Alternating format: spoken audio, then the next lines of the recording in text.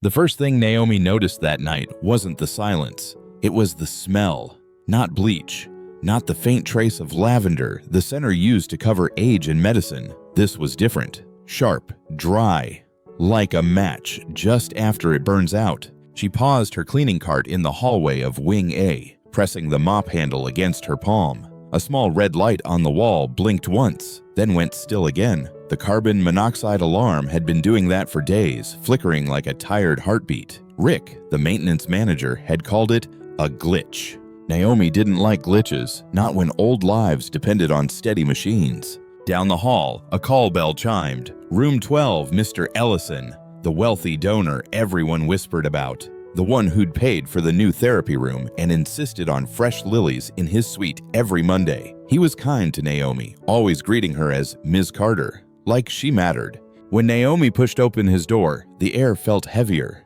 Mr. Ellison sat upright, breathing fast, color drained from his cheeks. "Can't catch my breath," he whispered. Naomi stepped closer, ready to call the nurse. "It's all right, sir. You're going to be fine."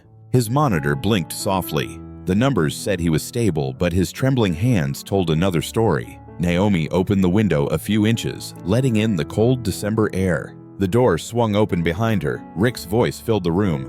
"What are you doing, Carter? You trying to freeze him?" Naomi turned, steady but firm. "He said he can't breathe." "The man has lung disease," Rick snapped. "Close the window and mind your job." She shut it, slow, eyes lowered. He left with a grunt. The room fell quiet again, except for the soft hiss of the heating vents. Naomi noticed something then, the faint flicker of the alarm's red light reflected on the metal cabinet, a rhythm too steady to be random. She felt it in her chest like a warning she couldn't name. After the nurse came and checked Mr. Ellison, assuring her he was just tired, Naomi stepped back into the hallway. The smell was stronger there now, thin but metallic. She looked toward the ceiling vent, the light blinking again, and a chill crawled up her arms. She pulled her cart closer, listening. The building was old, but not this old. Something was wrong with the air. "Get a grip," she muttered to herself, forcing the thought away. But as she wiped the brass rail along the corridor, she couldn't shake the memory of Mr. Ellison's gasping voice. By the time her shift ended near dawn, the alarm had blinked at least a dozen times. She logged it in her notes, as she always did. Date, time, and one short line. Strange odor in Wing A again. Resident in room 12 short of breath. She stared at the words before signing her name.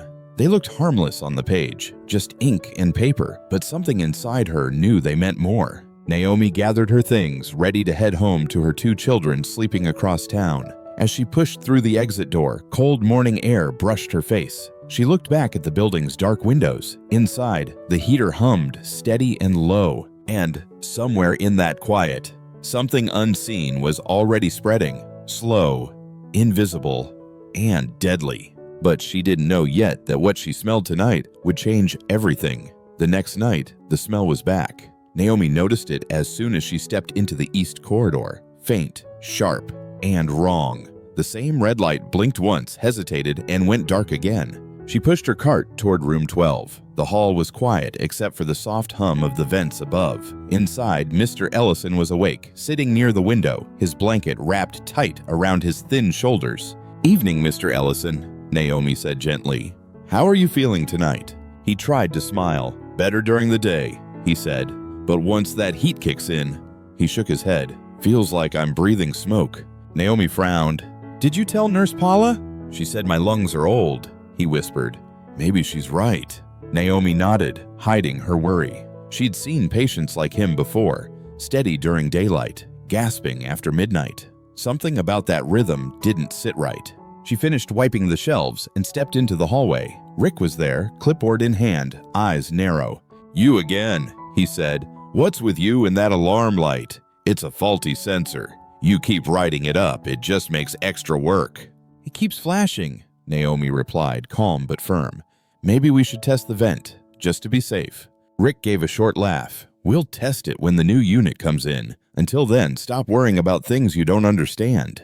Naomi bit her tongue. She had learned long ago that arguing with men like Rick only made them louder. She waited until he walked away, then looked up at the blinking light again. Her mind replayed the pattern. Each time the heater started, the light followed. Each time the air warmed, the smell returned. When her break came, she slipped into the staff lounge and opened the maintenance log on the counter. Her fingers traced the handwriting on the last entry. Routine check completed. Safe. Signed by Rick. The date was 3 months old. She turned the page. A newer entry written in a hurry. Replaced burner head, temporary part until shipment arrives. The signature was Rick's again. The word temporary made her chest tighten. Naomi took a deep breath, closed the book, and looked around.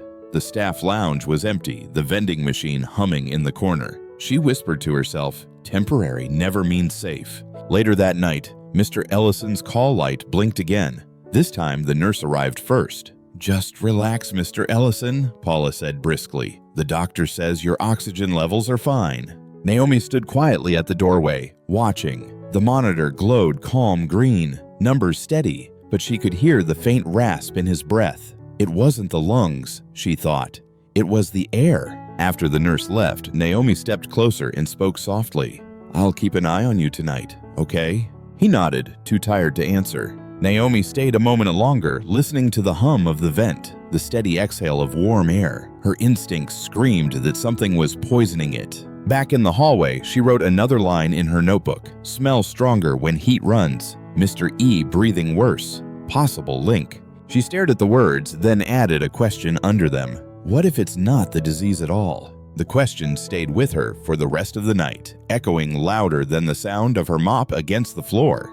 By the time her shift ended, the red light blinked one last time before turning solid. A steady glow. Not a glitch this time. A warning. Naomi stood still in the empty corridor, heart pounding. And then, from inside room 12, she heard the faint sound of coughing. Deep, dry, and desperate. She ran to the door, and what she saw made her drop the mop handle from her hand, because right in front of her, Mr. Ellison was gasping again, while the alarm above him flashed bright and furious. Naomi pressed the call button, shouting for help as she hurried to Mr. Ellison's side. His face was pale, his lips slightly blue. Within moments, Nurse Paula rushed in, wheeling an oxygen tank. The hiss of air filled the room. His levels dropped fast, Paula said, adjusting the mask. It happens sometimes at night. Naomi stood back, eyes darting between the patient and the alarm still blinking above them. You think it's his condition, she said quietly, but it only happens when the heat turns on. Paula frowned. He's got lung disease, Naomi. The air temperature doesn't... The nurse stopped as Rick appeared in the doorway, his tone sharp. Everything under control? Paula nodded, still focused on Mr. Ellison. Rick's gaze shifted to Naomi. You again. What did I say about that alarm? Leave it alone. Naomi swallowed her frustration. It's flashing red, Rick. It's not normal. It's old, he replied. Like half the things in this building. I'll get to it.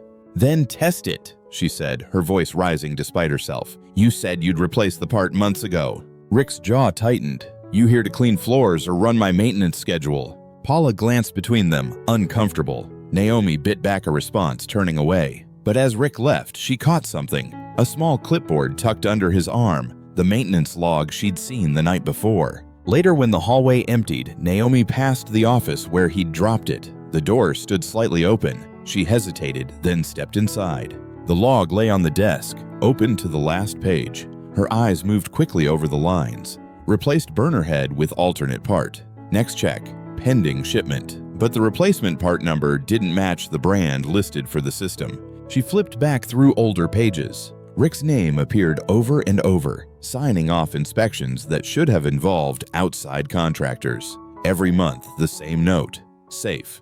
Functioning. Naomi exhaled slowly. Her instincts were right. Something about the heating system wasn't just failing. It had been patched together. A faint knock on the open door startled her. It was Nurse Paula, holding 2 paper cups of coffee. You're still here? Paula asked. Naomi straightened, quickly closing the book. Just finishing up. Paula handed her a cup. You worry too much. Rick's been here 15 years. If something was wrong, he'd fix it. Naomi forced a small smile. Maybe. As Paula walked away, Naomi stared at the door. She whispered to herself, or maybe he's just hiding it. The next evening, Naomi came in early. She wanted to test something. Before her shift started, she stood quietly in the empty corridor of Wing A, notebook in hand. At 9, the vents came alive with a soft hum. Warm air brushed her arm. She took a deep breath, and there it was again. That faint, burned metal smell. She checked her watch, then wrote it down. Heat on, smell returns. Room 12, symptoms worsen. 2 hours later, when she cleaned the laundry room at the far end of the hall, the smell faded. The heat cycled off. She wrote another note. A pattern was forming, one she couldn't ignore. By the end of her shift, she had a full page of notes linking the smell, the heating cycles, and Mr. Ellison's decline. It was more than a hunch now. It was evidence. Naomi slipped the notebook into her pocket just as Rick entered the hallway, hands in his pockets. "You're here late again," he said, his smile tight. "Just catching up," she replied evenly. He studied her face, his eyes narrowing. "You're not getting any ideas about that alarm, are you? The last thing I need is rumors scaring residents." "No rumors," she said softly. "Just trying to keep people safe." Rick's tone hardened. "Then remember your place, Naomi. Cleaners clean, engineers fix." He turned and walked off, his footsteps echoing down the hall. Naomi stood still, anger burning in her chest. When he disappeared around the corner, she opened her notebook again, looking at her final line. "If no one listens, I'll have to find proof myself." Her hand trembled slightly as she underlined it twice, because something inside her whispered that Mr. Ellison's life, and maybe others, depended on it.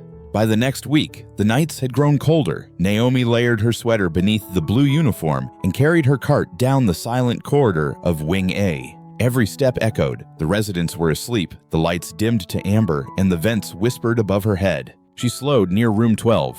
The smell hit first, sharper now, like metal, soaked in heat. The red light on the alarm blinked twice, then held steady. Her stomach tightened. Inside, Mr. Ellison stirred in his sleep, his breaths shallow. A low wheeze escaped through the mask at his bedside. Naomi's hand went to the window again, almost by instinct. She cracked it open for a little air. The sound of shoes on tile made her freeze. Rick's voice followed, hard and low. "What did I say about opening that window?" Naomi turned. He was standing in the doorway, hair messy, flashlight in hand. "He's struggling to breathe," she said.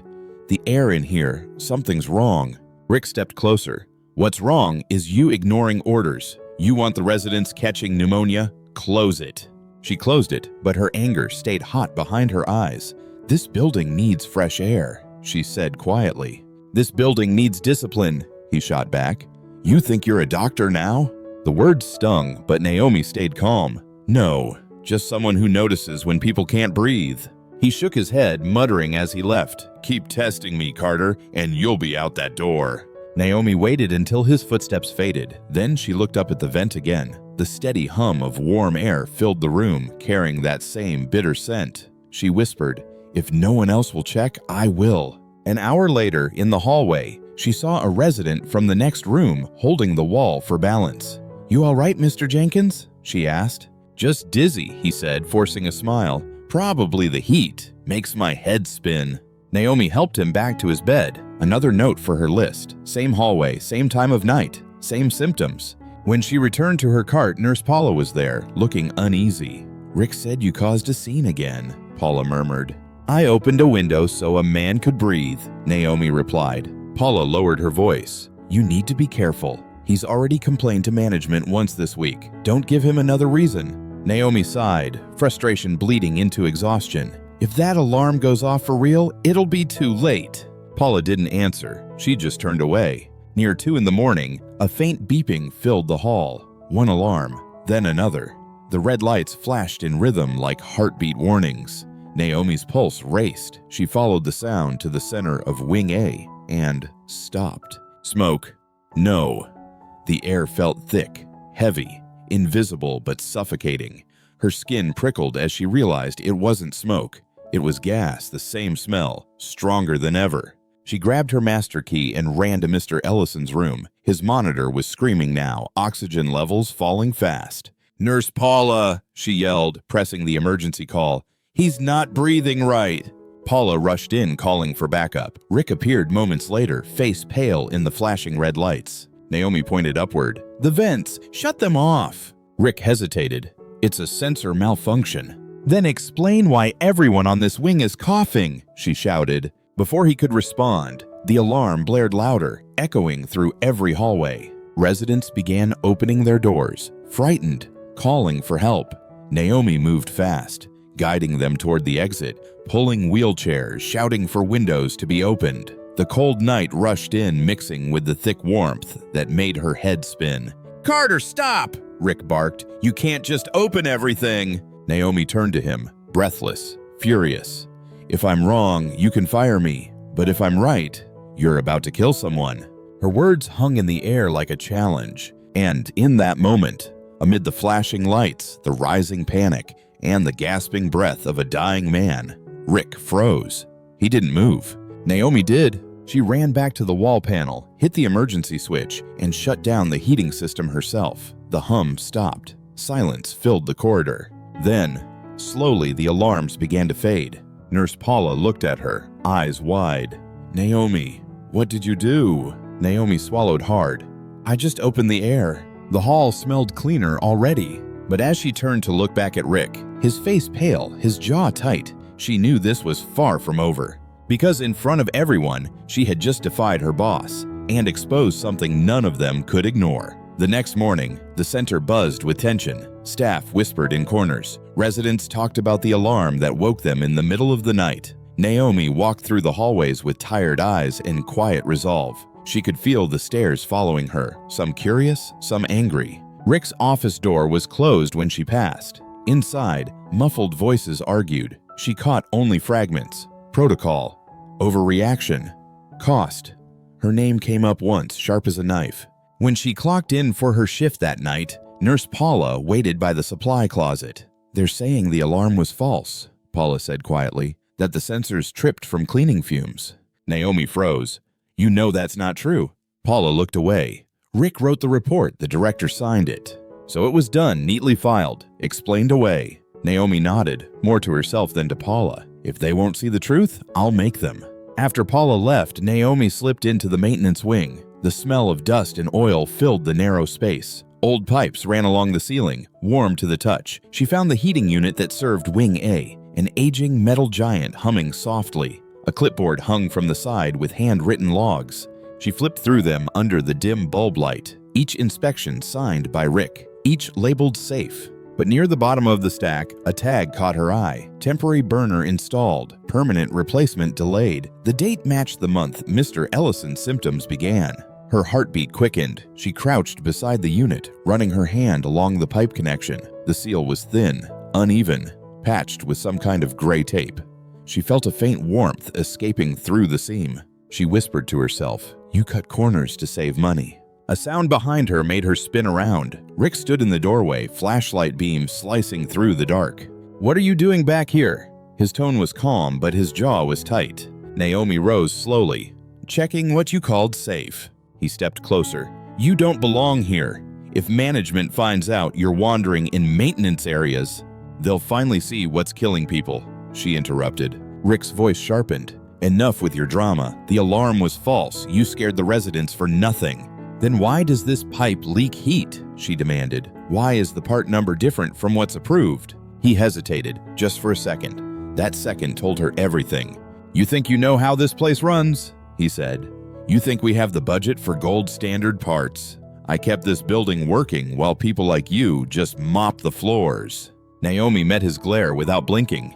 "And while you were saving money, Mr. Ellison almost died." Rick's expression hardened. "You're done here. Pack your things when your shift ends." He turned and walked out, slamming the door behind him. Naomi stood in the dim light, shaking.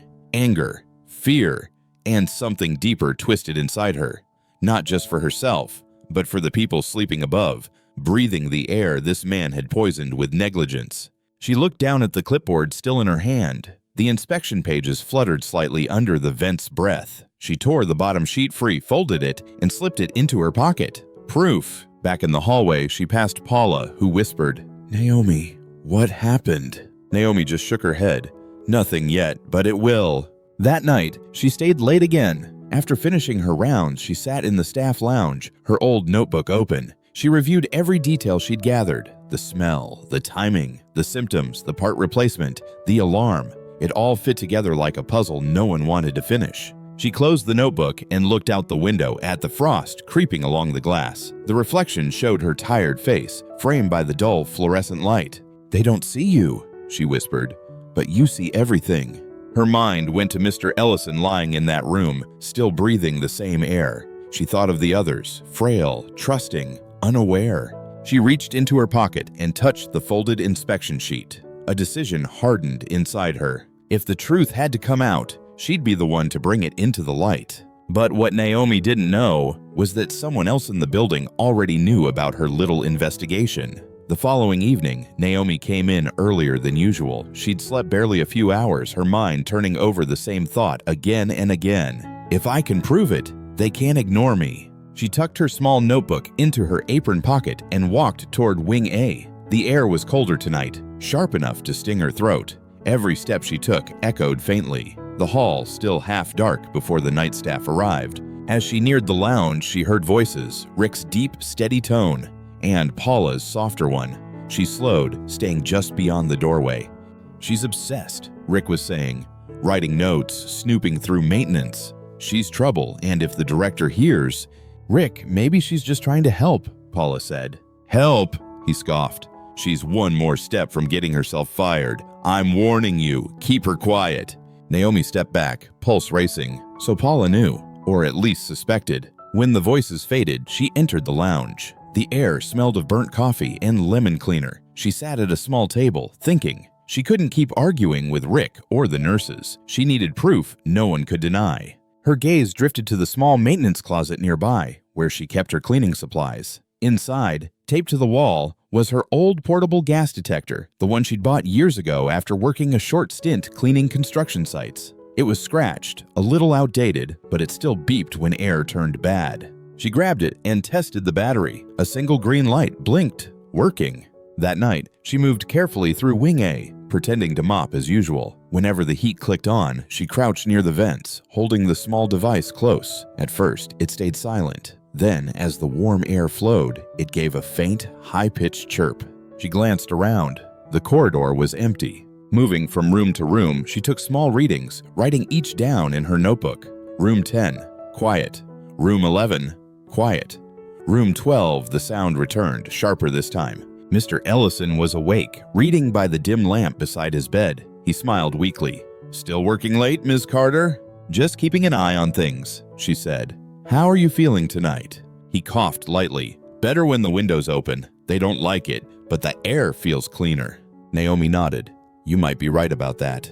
When she stepped into the bathroom to wipe down the counter, she noticed the mirror fogging quickly even though the water wasn't running. The air itself seemed heavy. Her device gave another warning chirp, longer now. She bit her lip and wrote a note. Highest reading in room 12 when heat active. Vent airflow strong. Source near boiler line. Before leaving, she checked the bedside table. Mr. Ellison's small silver photo frame had a thin film of dust, except near the corner closest to the vent, where the dust had darkened to gray. She brushed it with her finger. It smeared like soot. Naomi's heart skipped. This wasn't in her head. The air itself was dirty. She finished her shift quietly, taking care not to draw attention. Near dawn, she returned to the lounge and opened her notebook on the table. Her pages were filled. Dates, times, symptoms, readings, even the pattern of when the heating system cycled on.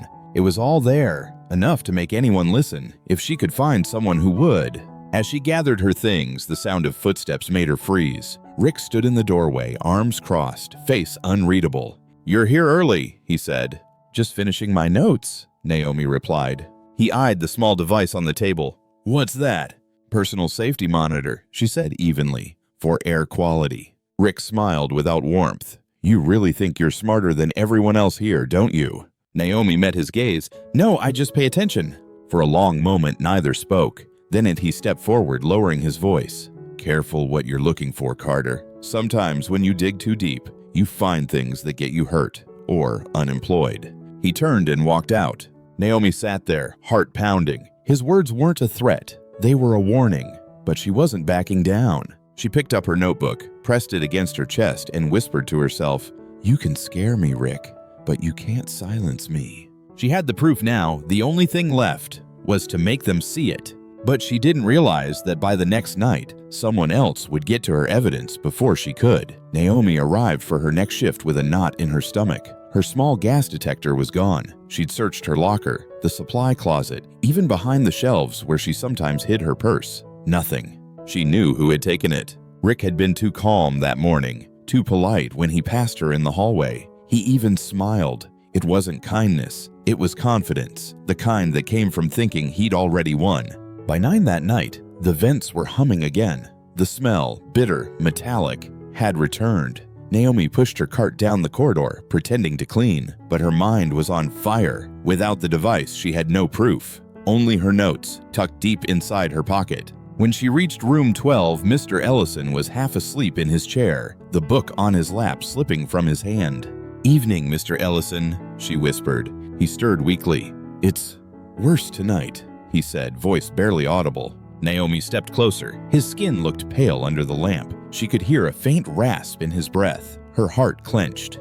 She turned toward the vent. The air pouring out was warm and wrong.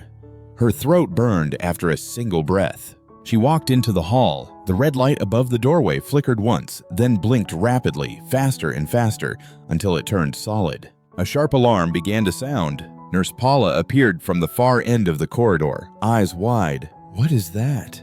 "The alarm," Naomi said. "It's real this time." Paula looked uncertain. "Rick said those sensors are faulty." "Does this smell faulty to you?" Naomi snapped, pointing at the vent. Within moments, other residents were calling out from their rooms, voices trembling, some coughing. The hallway filled with confusion. Naomi didn't think. She grabbed the fire pole on the wall and yanked it down. The siren blared, echoing through the entire building. Paula flinched. "Naomi, you can't." "I just did," Naomi said, already moving. "Get them out." She rushed door to door, guiding the elderly residents toward the exit. Some were dazed, some scared, but they followed her voice. She kept repeating, "It's okay. Fresh air outside. Keep moving." The automatic doors at the end of the hall swung open, letting in a gust of cold night wind. The difference was instant. The air felt clean again. Behind her, Rick's voice roared, "What the hell are you doing?" He stormed down the hall, flashlight beam cutting through the smoke-like haze. "You're gonna shut this place down!"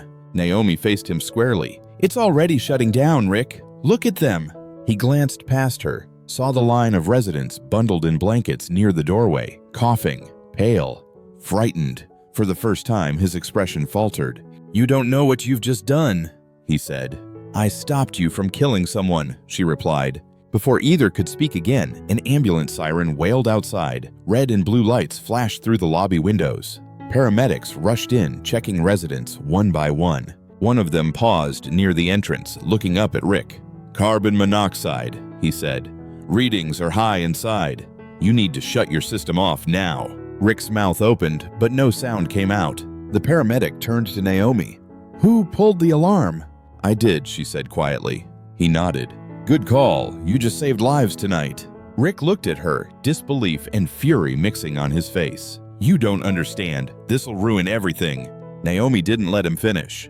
"Better the building than the people in it." The paramedics pushed past them to help Mr. Ellison, who was being wheeled out on a stretcher. His eyes fluttered open, unfocused. He tried to speak, but the mask muffled his words. Naomi leaned close. "Rest now," she whispered. "You're safe." She stepped back as the gurney rolled past, the cold air brushing her face. Behind her, the red lights from the alarms kept flashing. Nurses moved quickly, residents huddled together under blankets. The smell was finally fading. Naomi looked around at the chaos she'd unleashed, the noise, the panic, the cold. But beneath it all, she felt something she hadn't felt in weeks. Relief. She'd done the right thing. Still, as she watched Rick being pulled aside by one of the paramedics for questioning, a deeper unease crept in. Because she knew this wasn't the end. Now that the truth was out, people would start asking how it had gotten this far, and who had tried to hide it. And no one in that building, not even Naomi, was ready for what those answers would reveal. The next morning, the world outside the retirement center was covered in frost, but inside, everything burned with tension. Reporters hadn't arrived yet, but the whispers had. Word spread fast: carbon monoxide, system failure, near tragedy. Naomi sat in the small break room, hands wrapped around a paper cup of coffee she couldn't taste. Her uniform smelled faintly of metal and smoke. Every time she closed her eyes, she saw the blinking alarms, the faces of the residents clutching blankets in the cold night air. She'd expected relief. Instead, there was silence, thick, uncomfortable, waiting. The door opened. Ms. Green, the director, walked in with Nurse Paula trailing behind. The director's heels clicked against the tile, sharp and impatient. "Naomi Carter," she said, folding her arms. "Do you realize the chaos you caused last night?" Naomi stood. "I stopped people from dying." Ms. Green's eyes narrowed. "You pulled a fire alarm without authorization. You evacuated the building, terrified our residents, and disrupted an entire medical operation. The maintenance department assures me the sensors malfunctioned." Naomi felt her pulse spike. "The maintenance department is lying." Paula flinched, glancing at the director. "She's telling the truth, ma'am. The paramedics said the carbon monoxide levels were high." "Then how," Ms. Green asked coldly, "do you explain the safety reports showing no leaks?" Naomi reached into her pocket and unfolded the paper she'd kept hidden, the inspection sheet she'd taken from the boiler room, because those reports were falsified. The director frowned. "What is that?" "Proof," Naomi said, stepping forward. "Rick used temporary parts to fix the heating system. He covered the leaks with sealant and called it routine maintenance. The dates line up with the nights Mr. Ellison started getting sick." Paula leaned in to look. "This is his handwriting." Ms. Green's expression hardened. "These are serious accusations." "They're not accusations," Naomi said. "They're facts. Check the parts yourself. Ask the paramedics. They confirm the gas reading came from Wing A's vents. It's not a coincidence." For a long moment, the director said nothing. Her eyes flicked between Naomi and Paula, then to the folded sheet in Naomi's hand. Finally, she exhaled. "Wait here." She left the room, her heels striking faster this time. Paula sat down, rubbing her forehead. "You just declared war on your boss." "I didn't start it," Naomi said softly. "I just stopped pretending not to see." A few hours later, Ms. Green returned, flanked by 2 building inspectors and a man from the fire department. They walked past Naomi without a word, heading straight to the boiler room. Minutes stretched into an hour. Naomi cleaned in silence, the mop handle trembling slightly in her hand. When the group finally emerged, the fire inspector spoke first. "We found tampering," he said. "Unapproved materials on the gas line. Whoever signed off on that inspection is in serious trouble." Ms. Green looked at Naomi, no longer with anger, but something else. Respect, mixed with guilt. By afternoon, Rick was escorted out of the building by security. His face was pale, his jaw tight, but he said nothing. Naomi watched him go, not with triumph, but with something closer to sadness. That night, the air in the corridors felt cleaner. The vents blew softly, almost peaceful. Nurses smiled at Naomi as she passed, small nods of quiet acknowledgement. When she entered room 12, Mr. Ellison was sitting upright, color returning to his face. He smiled faintly when he saw her. "You again," he said. "I heard there was quite the commotion." Naomi smiled back. "You could say that, but you're safe now." He studied her, eyes tired but kind. "They told me you pulled the alarm." "I did." "You saved my life?"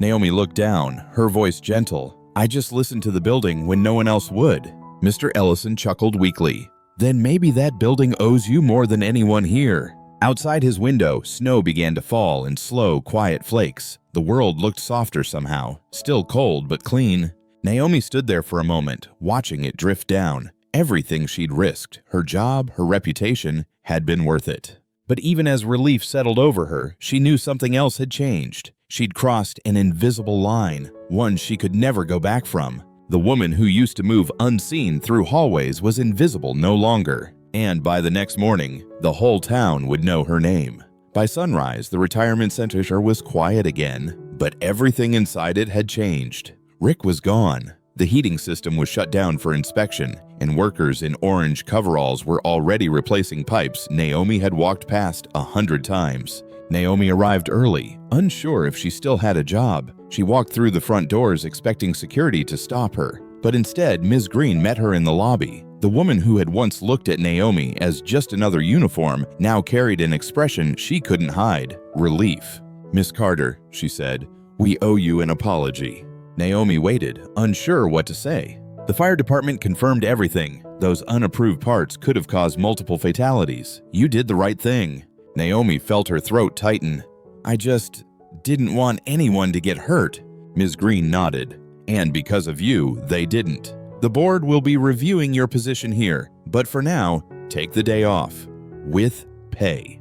It was the first time Naomi had ever heard those words directed at her. As she turned to leave, she noticed the nurses down the hall watching her. A few smiled. One of the orderlies gave a small thumbs up. The same people who used to look through her now looked at her. And that was enough. Outside, the winter air was crisp and real. Naomi stood by the parking lot, breathing deeply, the cold biting at her lungs but feeling cleaner than any air she'd taken in for weeks. For the first time in months, she didn't smell that faint metallic sting. Later that afternoon, she returned home to her small apartment. Her son, Marcus, looked up from the kitchen table where he was doing homework. "Mom, you're home early." Naomi smiled, setting her keys down. "Just for today." "You okay?" She nodded. "Better than okay." He studied her face, sensing something had changed. "You look like you won something." Naomi laughed softly. "Maybe I did." That evening, her phone buzzed. It was Nurse Paula. "Turn on the news," she said, breathless. Naomi switched on the TV. The headline scrolled across the bottom. "Night custodian prevents carbon monoxide tragedy at local retirement center." The reporter's voice filled the room, describing how a night worker's quick thinking had saved dozens of elderly residents. They didn't say her name at first, but then, near the end, they did. Naomi Carter. She sat there frozen, her hand over her mouth. Marcus grinned from the couch. "Mom, that's you." "I guess it is," she whispered. The reporter's voice continued. "Authorities have confirmed that negligence in maintenance led to a gas leak. The employee responsible is under investigation. Staff member Naomi Carter is credited for preventing multiple deaths." Naomi muted the sound. The room went quiet, but her heart was still pounding. Marcus came over and hugged her tightly. "You're like a superhero," he said into her shoulder. She smiled through tears. "No, sweetheart, I just paid attention." The next morning, she returned to the center not as the invisible cleaner, but as the woman who'd seen what no one else did. Residents greeted her with soft applause as she walked through the dining hall. Mr. Ellison lifted his coffee mug in her direction, his cheeks no longer pale. "I told them you'd figure it out," he said, grinning. Naomi laughed. "I just listened to you, sir." Ms. Green met her later in her office. "The board has decided," she said. "We'd like to offer you a new position, Safety and Compliance Assistant. You'll oversee inspections, training, and incident prevention. You've earned it." Naomi blinked in disbelief. "I don't have the degree for that." "You have something better," Ms. Green replied.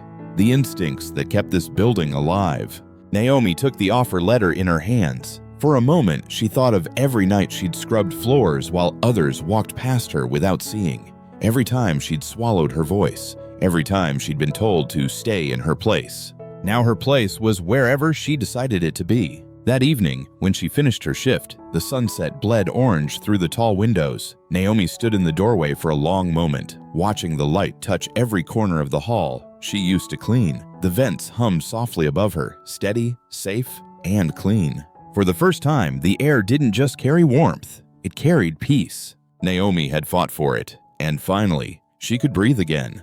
A few weeks passed, and the retirement center slowly found its rhythm again. The scent of fresh paint replaced the bitter trace of metal that had once haunted the halls. New vents lined the ceilings, each one shining clean under the soft lights. Naomi walked the corridor in her new uniform, same dark blue but now with a name tag that read Safety and Compliance. She still carried her notebook, still moved with quiet focus, but people stopped her now to say hello. Nurses asked for her opinion. Residents waved from their doors. She wasn't invisible anymore. Mr. Ellison had recovered well. Every evening, he sat by the window in the lounge, wrapped in a warm blanket, reading. When he saw her approach, he smiled. "I told them you'd make this place safer than ever," he said. Naomi smiled back. "It wasn't just me." "Maybe not," he said, "but you were the only one who listened when the walls started talking." She chuckled softly. "I just noticed what others didn't want to see." On her lunch break, Naomi stepped outside into the courtyard. The winter air bit her cheeks, but it felt alive. She looked up at the building she'd once cleaned in silence, the place that had almost broken her spirit, and now, somehow, had helped rebuild it. Paula joined her on the bench, 2 steaming cups in hand. "Coffee?" Naomi took one gratefully. "Thank you." "They're talking about holding a small ceremony," Paula said. "The board wants to recognize what you did." Naomi shook her head gently. "That's not necessary. I didn't do it for recognition." Paula smiled. "I know, that's why it matters." For a long moment, the two women sat in comfortable silence, watching the sunlight bounce off the windows. Later that day, Naomi walked through the halls one last time before clocking out. She stopped at the wall near room 12, the same one where the red alarm had once flashed wildly. The light was steady now, quiet.